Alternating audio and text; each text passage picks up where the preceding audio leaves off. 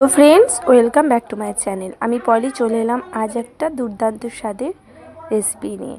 তো বন্ধুরা, আপনারাও কি এতদিন আমার মতো ভুল করছিলেন? এই যে সবজির খোসা, এগুলো কি আপনারাও ফেলে দিচ্ছিলেন? আমিও কিন্তু ফেলে দিচ্ছিলাম। তবে আজকের ভিডিওটা যেসব বন্ধুরা দেখবে, আশা করব এরপর থেকে আর সবজির খোসা কেউ ফেলে দেবে না। তো দেখুন বন্ধুরা, আজকে যে জিনিসটা আমি তৈরি করব সেটা কিন্তু দুর্দান্ত একটা সুন্দর একটা রেসিপি তৈরি হতে চলেছে। তো এটা দেখার জন্য ভিডিওটা শুরু থেকে শেষ পর্যন্ত দেখতে থাকুন। তো এখানে আমি দুটো কলা নিয়ে নিয়েছি। তো কলা দুটো ভালো করে বোটার দিকটা কেটে নিয়ে আমি এই যে এইভাবে খোসাগুলোকে সুন্দর করে ছাড়িয়ে নেব। তো আপনারাও কিন্তু একইভাবে এভাবে খোসাগুলোকে ছাড়িয়ে নেবেন। তো দেখুন বন্ধুরা, এই যে একটু মোটা মোটা করে আমি ছাড়িয়ে নিচ্ছি খোসাগুলোকে। তো আমি একভাবেই সব দুটো কলারই সবটা খোসা আমি ছাড়িয়ে এভাবে আলাদা করে নেব। তো এই যে যেটা আমি আলাদা করে নিলাম সেটা আমি সাইডে রেখে দিচ্ছি, সাদা অংশটা। আর খোসাগুলোকে আমি এই যে সব কটার খোসায় এক এক করে এভাবে ছাড়িয়ে নিয়ে নিচ্ছি। তো এই খোসাটা ছাড়িয়ে নেওয়ার পর আমি যেটা তৈরি করব, এটা কিন্তু একবার হলেও বন্ধুরা ট্রাই করে দেখবেন। আশা করব আপনাদের অনেক ভালো লাগবে। তো আমি সব খোসা ছাড়িয়ে নেওয়ার পর আমি এই খোসাগুলোকে ছোট ছোট করে এভাবে কেটে নিচ্ছি। আর এখানে আগের দিনেরও কিছু কলার খোসা আমি রেখে দিয়েছিলাম, তো সেই খোসাটাকেও আমি একসঙ্গে নিয়ে নিয়েছি। এবার আমি একটা চাকুর সাহায্যে ছোট ছোট করে এটা কেটে নেওয়ার পর আমি জলের মধ্যে ভিজিয়ে রাখবো। আর সাইডে আমি যেটা করব সেটা হচ্ছে, আমি এটার জন্য নিয়ে নিচ্ছি দুটো রসুন।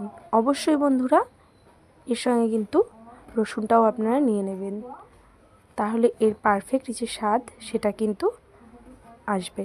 তো যাই হোক, আমি ভালো করে এভাবে রসুনগুলোকে ছাড়িয়ে নিচ্ছি। রসুনটা ছাড়িয়ে নেওয়ার পর আমি একটা বাটিতে রসুনগুলো ভিজিয়ে নেব।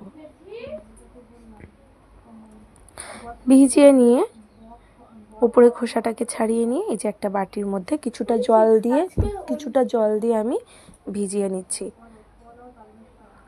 সাইডে যেটা করেছি, যে কলার খোসাটা রেখেছিলাম সেটা আমি একটা ছোট্ট কড়াইয়ের মধ্যে দিয়ে সেদ্ধ করে নেব। আর তার পাশে একটা ছোট্ট কড়াইয়ের মধ্যে কালো জিরে আর শুকনো লঙ্কা কালো জিরে আর রসুনটাকে ভাজা করে নিচ্ছি। এবার অপর সাইডে একটা কড়াইয়ের মধ্যে নিয়ে নিলাম বেশ কিছুটা শুকনো লঙ্কা। তো সেই শুকনো লঙ্কাটা ভেজে নেওয়ার পরে ওই তেলেই আমি দিয়ে দিলাম সেদ্ধ করে রাখা কলার খোসাটা। তার উপরে স্বাদ মতো লবণ আর হলুদ গুঁড়ো দিয়ে ভালো করে একটু ভেজে নিয়ে এদিকে শিলের মধ্যে নিয়ে নিয়েছি সর্ষে, শুকনো লঙ্কা আর কালো জিরে। তারপর রসুন, কলার খোসা বেটে ফাইনালি রেডি হয়ে গেল দুর্দান্ত স্বাদের কলার খোসা রেসিপি। তারপরে আমি করে নিয়েছিলাম সিমের একটা রেসিপি। সিমগুলোকে ভালো করে ধুয়ে পরিষ্কার করে নিয়ে এখানে কাঁচা লঙ্কা, টমেটো, আদা, সাদা সর্ষে, কালো সর্ষে দিয়ে ভালো করে একটা মশলা রেডি করে নিয়ে স্বাদ মতো লবণ, হলুদ গুঁড়ো, লঙ্কার গুঁড়ো দিয়ে বেটে রাখা মশলাটা দিয়ে ভালো করে কষিয়ে নিয়ে পরিমাণ মতো জল দিয়ে ঢাকা দিয়ে দেব। তাহলেই ফাইনালি কিন্তু রেডি হয়ে আসবে সিম চচ্চড়ি। শেষে একটু ধনেপাতা আর চিনি দিয়ে নামিয়ে নিয়েছিলাম। তো বন্ধুরা, ভিডিওটা কেমন লাগলো অবশ্যই লাইক কমেন্ট করে জানাবেন। আর কারা কারা আমার মতন এভাবে কলার খোসা পটল বেটে খেতে ভালোবাসেন অবশ্যই একটু কমেন্ট করে জানিয়ে দেবেন। আর বন্ধুদের জানাই ভিডিওটা দেখার জন্য অনেক অনেক অনেক ধন্যবাদ। আর যেসব বন্ধুরা একদম নতুন দেখছেন, যদি কিছু ভালো লেগে থাকে তাহলে চ্যানেলটিকে সাবস্ক্রাইব করে সাথে থাকা বেল আইকনটি বাজিয়ে দিয়ে পাশে থাকবেন। তো সকল বন্ধুদের জানাই